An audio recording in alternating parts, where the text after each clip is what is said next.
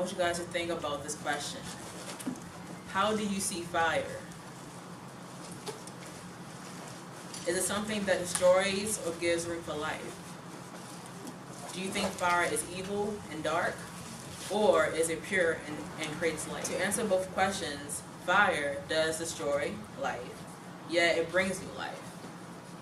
Yes, fire is used for darkness, unfortunately, but it is also used for purification of darkness and provide. Also, fire is constant, always moving in different directions. You all are a flame all by yourself. Christ is a consuming fire that reaches everywhere. This is a part of you as your identity within Him. Everywhere you travel, be a flame that shines light on the darkest corner. Be a flame that warms a cold heart. Be a flame that leads the lost on the path to our Lord and Savior Jesus Christ. Too long, we have allowed the enemy and flesh to run rapid through our families, friends, society. It is time to be about our Father's business. Either you are a servant of God or a servant of the enemy. You cannot serve two masters. You must choose. Are part of the new covenant. We are the temples where God dwells, His sanctuary. This is why God says a choice. Either you want to surrender everything to Him and follow Him for the sake of life, or stay in the world living with dry bones. Furthermore, you have those circumstances where disciples were tested by fire.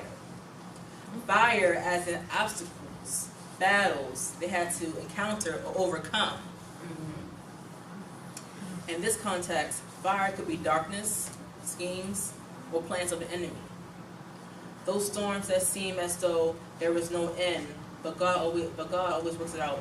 In verse 15, when Nebuchadnezzar asked Shadrach, Meshach, and Abednego, what God will be able to rescue you from my hand, he showed the extent to which a person can be blinded by sinful pride and ignorance.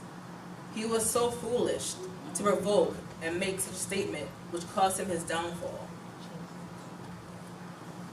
He put himself on the same level as God, which is false.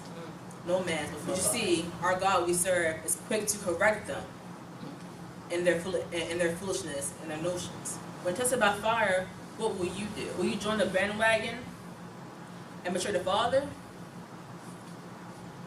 Will you trust in Him completely, no matter what it looks like? Our God is not the creator of doubt and fear, but He silences them both where they stand. May this word enter your heart and make a flame that will always burn for Jesus Christ.